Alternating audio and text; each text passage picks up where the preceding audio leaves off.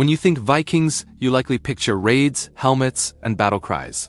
But the sources, sagas, laws, port records, and graves tell a more complicated story. Today we'll ask, were Vikings primarily raiders, traders, or settlers? The answer reshapes how we see the whole Viking Age. The image of a Viking is almost always the same. A bearded warrior, axe in hand, leaping from a longship to raid a defenseless monastery. But this popular image is misleading. The average Viking never attacked a monastery. In fact, most Scandinavians of the era were not warriors at all. Archaeological evidence from settlements across Norway, Denmark, and Sweden reveals a society built on agriculture, fishing, and craftsmanship. Grave goods and the remains of homesteads show that the vast majority of people lived and died as farmers and herders, their lives tied to the land, not the sea of battle. Their stories are found not in chronicles of terror, but in the soil they tilled and the homes they built. The raider was the exception, not the rule. Viking raids were not a constant year-round occupation. They were a seasonal activity strategically timed to fit within the agricultural calendar. Raids typically occurred in the summer months, a period of relative downtime between the critical seasons of planting in the spring and harvesting in the autumn. For those who participated, raiding was a temporary venture, a high-risk, high-reward expedition, not a permanent lifestyle. This seasonal pattern is confirmed in texts like the Anglo-Saxon Chronicle, which often dates raids to specific times of the year.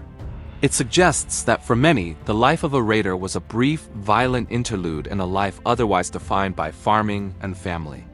The very word Viking has been misunderstood. It was not an ethnic identity, but a job description. In Old Norse, the term Vikingri referred specifically to a person who went on an overseas expedition, usually for raiding or trading. To go a Viking, fara Viking, was an activity, not a state of being. The sagas, such as Egil's Saga, describe characters who go on Viking expeditions for a few seasons before returning to their farms. This linguistic distinction is crucial. Calling all Scandinavians Vikings is like calling all medieval Europeans Crusaders. It mistakenly applies the actions of a specific group to an entire population. When we map the reach of Scandinavian influence, we find that their silver traveled much farther than their swords. While raids were largely concentrated in Western Europe, Scandinavian trade networks were astonishingly vast, stretching from the North Atlantic shores of Greenland to the bustling markets of the Abbasid Caliphate in modern-day Iraq. Archaeological finds confirm this, with Islamic dirhams and Byzantine silks discovered in Scandinavian hoards thousands of miles from their origin. These artifacts, catalogued in extensive numismatic studies, demonstrate that commerce, not conflict, was the primary driver of their global interactions. The Viking Age was an age of unprecedented economic connection. The iconic longship, a symbol of Viking military might, was not exclusively a war machine, while the sleek, fast ships known as drakkar were perfect for raids. Many Scandinavian vessels were built for entirely different purposes. Archaeologists have unearthed numerous nairs, which were wider, deeper, and slower than their military counterparts. These ships were the workhorses of the Viking Age, designed to transport cargo, livestock, and even entire families across the North Sea and Atlantic. The discovery of such vessels at sites like Roskilde Fjord in Denmark shows that longships were vital tools for trade and migration, not just instruments of war. They carried settlers and merchants just as often as they carried warriors. In many regions, settlement came long before domination. The Norse expansion into the North Atlantic is a prime example. When Vikings arrived in Iceland and Greenland in the 9th and 10th centuries, they came not as conquerors but as colonists. According to the Icelandic Landnámabók, or Book of Settlements, these pioneers brought with them families, livestock, and farming tools, seeking new lands to cultivate. There were no established populations to raid or displace. Their goal was to build a new society from the ground up, a testament to their skills as farmers and pioneers, not just as warriors. While raiding could bring immense wealth, it was a profoundly high-risk endeavor. A successful raid might yield silver and slaves, but a failed one almost certainly meant death, capture, or being sold into slavery oneself.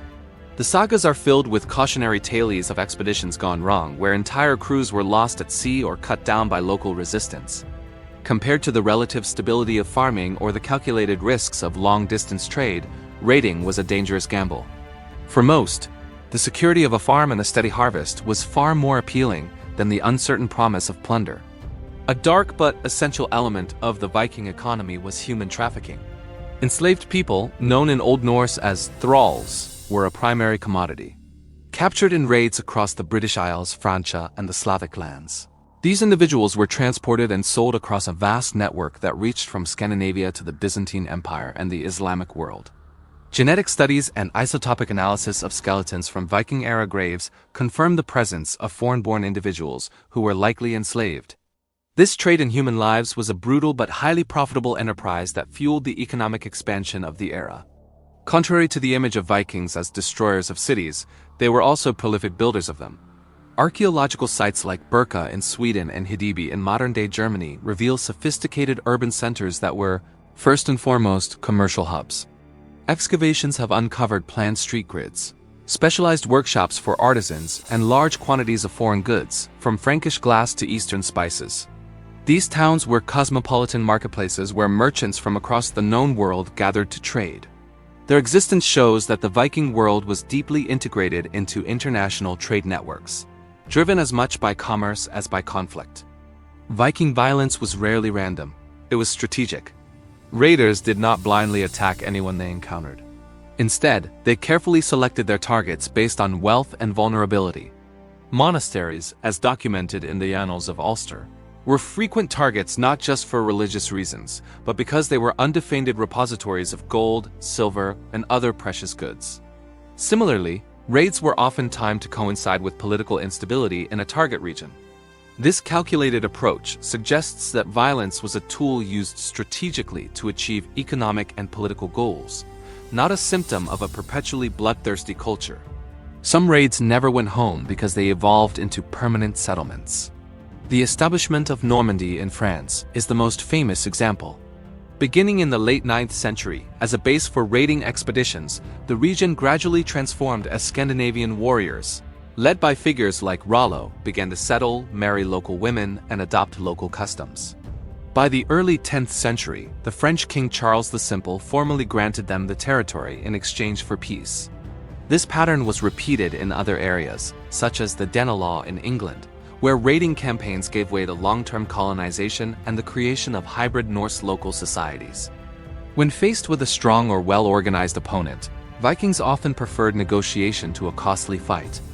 Across Europe, communities learned that paying tribute, known as danegeld in England, was often cheaper and safer than attempting to resist a Viking fleet. The Anglo-Saxon Chronicle meticulously records the enormous sums of silver paid to ward off attacks. This practice demonstrates a key aspect of Viking strategy. They were pragmatic.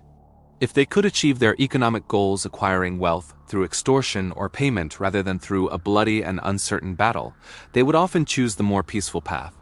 The presence of women was central to the success of Viking settlement.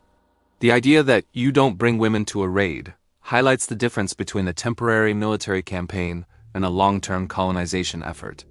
Archaeological evidence from burial sites in Iceland, Greenland, and the British Isles confirms that women and children traveled with men on settlement voyages.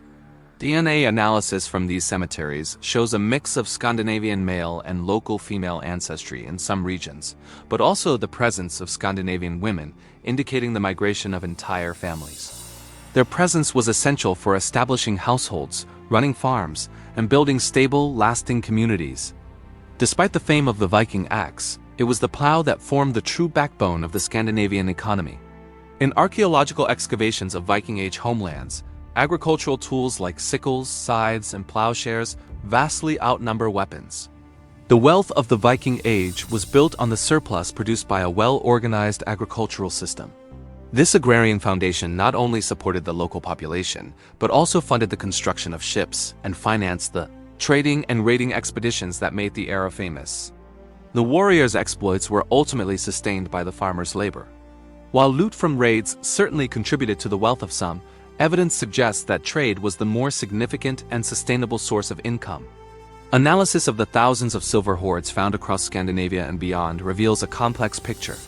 Many of these hoards are dominated by foreign coins, particularly Islamic dirhams and German pennies, acquired not as plunder but through systematic commerce. The standardized weights and hack silver found alongside these coins point to a sophisticated monetized economy where wealth was generated through the exchange of goods like furs, amber, and slaves, not just stolen from monasteries. When Vikings settled in foreign lands, they did not always destroy the existing societies. Often, they integrated into them. In areas like the Danelaw in England and around Dublin in Ireland, Norse settlers adopted local laws, converted to Christianity, and intermarried with the native population. They became landowners, merchants, and even local rulers, contributing to the economic and political life of their new homes. Place names with Old Norse roots, such as those ending in by or Thorpe, dot the map of northern England, serving as a linguistic reminder of this process of assimilation and fusion. The great age of Viking raiding did not last forever. It gradually declined as more stable and profitable economic opportunities emerged. As European kingdoms became more centralized and better defended, raiding became a riskier and less rewarding venture. Simultaneously, the expansion of formal trade routes offered a more reliable path to wealth. By the 11th century, Scandinavian rulers were behaving more like other European monarchs, focusing on consolidating power at home and engaging in state-level diplomacy and trade rather than freelance piracy. When trade grew, raids faded. Our most vivid and terrifying accounts of Viking raids come from their primary victims, the monks and clerics who chronicled the attacks. Written sources like Alcuin of York's letters describing the raid on Lindisfarne in 793 were produced by educated churchmen who experienced these events firsthand. Their goal was not to provide a balanced historical analysis, but to record the horror and devastation inflicted upon their communities. These accounts, while invaluable, naturally emphasize the terror and brutality of the raiders, creating a powerful but one-sided narrative that has shaped our perception of Vikings for centuries. If we look at the enduring legacy of the Vikings across Europe, we find that it is written in the soil more than in the scars of battle. Their most significant long-term impact was agricultural and demographic. Scandinavian place names, field systems, and rural settlement patterns can be found from England to Ukraine. They introduced new farming techniques, established new towns, and left a genetic footprint on local populations. This legacy of settlement and cultivation, of farms rather than battlefields, offers a more complete and lasting picture of their role in history. The archetypal Viking raider, while a real and terrifying figure, represented only a small, specialized minority of the Scandinavian population. The historical narrative has been overwhelmingly shaped by this violent faction because their actions were dramatic, disruptive, and well documented by their victims. But the evidence from archaeology, linguistics, and settlement records tells a different story, one of farmers, traders, explorers, and colonists. The raiders were the loud, memorable exception, not the rule that defined an entire people for 3 centuries. The Viking Age was many things: swift raiders, pragmatic traders, determined settlers, and complex polities. The stereotype survives because it's dramatic, but history is messier and more interesting. If you want the source list for any segment, comment sources and I'll pin them. Subscribe for more history that asks the inconvenient questions.